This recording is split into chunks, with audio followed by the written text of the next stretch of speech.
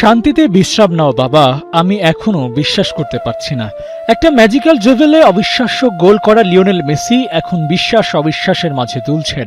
বাবা হারানোর শোকে পাথর প্রায় আর্জেন্টাইন অধিনায়ক। কান্না ভেজা চোখে সব কষ্ট বুকে চাপা দিয়ে সোশ্যাল হ্যান্ডেলে একটা দীর্ঘ পোস্ট করে মেসি ভাঙলেন নীরবতা।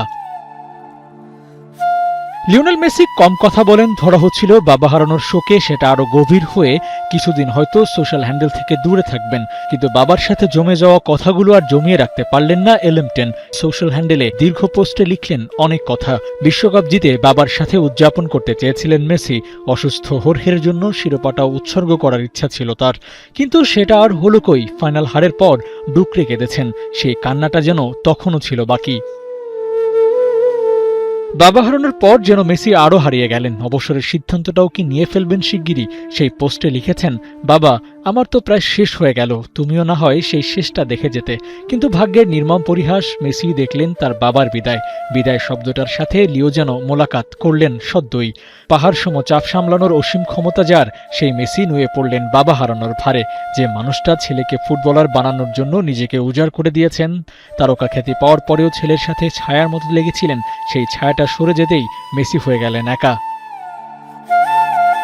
কত শত ডিফেন্ডার মেসিকে ট্যাকল করলো, কিন্তু আলটিমেটলি কেউই আটকাতে পারল না। কিন্তু একটা প্রশ্ন রেখে গেলেন, আমি ফুটবলটা খেলবো কিভাবে?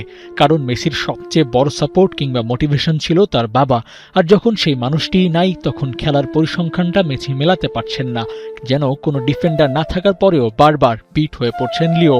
কে জানে অবসরের চিন্তাটা মাথায় জেকে বসে আছে কিনা। দুনিয়ার সব জিতলেন, কিন্তু হারালেন বাবাকে। ফুটবলটা খেলে আর কি হবে, সেই চিন্তাটাই লিওকে হয়তো পেয়ে বসেছে। আন্তর্জাতিক আর ক্লাব ফুটবল দুটোকে একসাথে বিদায় বললেও বলতে পারেন লিওনেল মেসি। বিশ্বকাপ হেরে আসার পর পুরো গল্পটা বাবাকে আর বলা হয়ে ওঠেনি। হোর্হে জানতেন পেনাল্টিতে বিশ্বকাপ হেরে এসেছে আর্জেন্টিনা। আসলে অসুস্থতার জন্য ফাইনাল ম্যাচটাও দেখা হয়নি হোর্হের। দেখে কী বা করতেন? শেষটা তো মেসির এমনভাবে হলো, সেটা নিশ্চয়ই ভালো লাগতো না হোর্হের।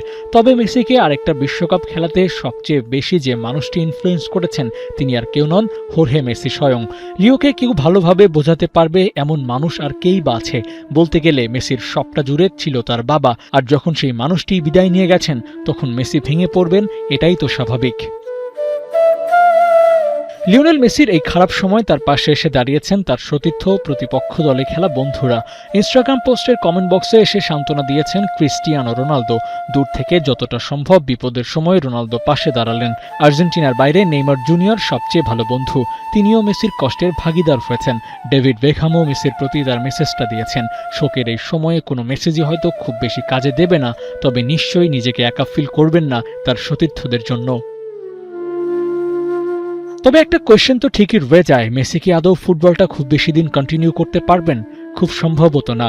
তবে মেসি তার ক্যারিয়ারের ইতি টানবেন ইন্টার মায়ামিতে, এটাও যারা ভেবেছিল তাদের জন্য বোধহয় ফুলটা মেসিই ভাঙলেন। বাবার জন্য আর্জেন্টিনায় চলে যেতে চেয়েছিলেন, সেখানে গিয়ে বাবার আশেপাশে থাকতে চেয়েছিলেন লিও। আসলে সেই সুযোগটার হয়ে ওঠেনি। সব গুছিয়ে ফেলার আগে অগোছালো রেখে চলে গেছেন হোর্হে। বাবা হারা হলেও মেসি নিজেও তো একজন বাবা। ছেলেদেরকে বড় করার সব টোটকাটা বাবার কাছ থেকেই শিখেছেন। থিয়াগো মাতেও সিরোদের সেভাবেই বড় করছেন। বাবাকে হারালেও নিজের মধ্যে ক্যারেক্টারটা ঠিকই বাঁচিয়ে রেখেছেন মেসি। তবে এই যে ধাক্কা লিও খেলেন, সেটার একটা ইম্প্যাক্ট তো ইতিমধ্যেই পড়া শুরু হয়ে গেছে। ইন্টার মায়ামির শিবিরে কবে ফিরবেন সেই নিশ্চয়তা নাই। কোচ গুয়েলার্মো হুয়েজ বলছেন মেসি এই সময়টায় একা থাকতে চাইছেন। এমনকি সে কবে ফিরবেন সেটা কোচও নিশ্চিত না।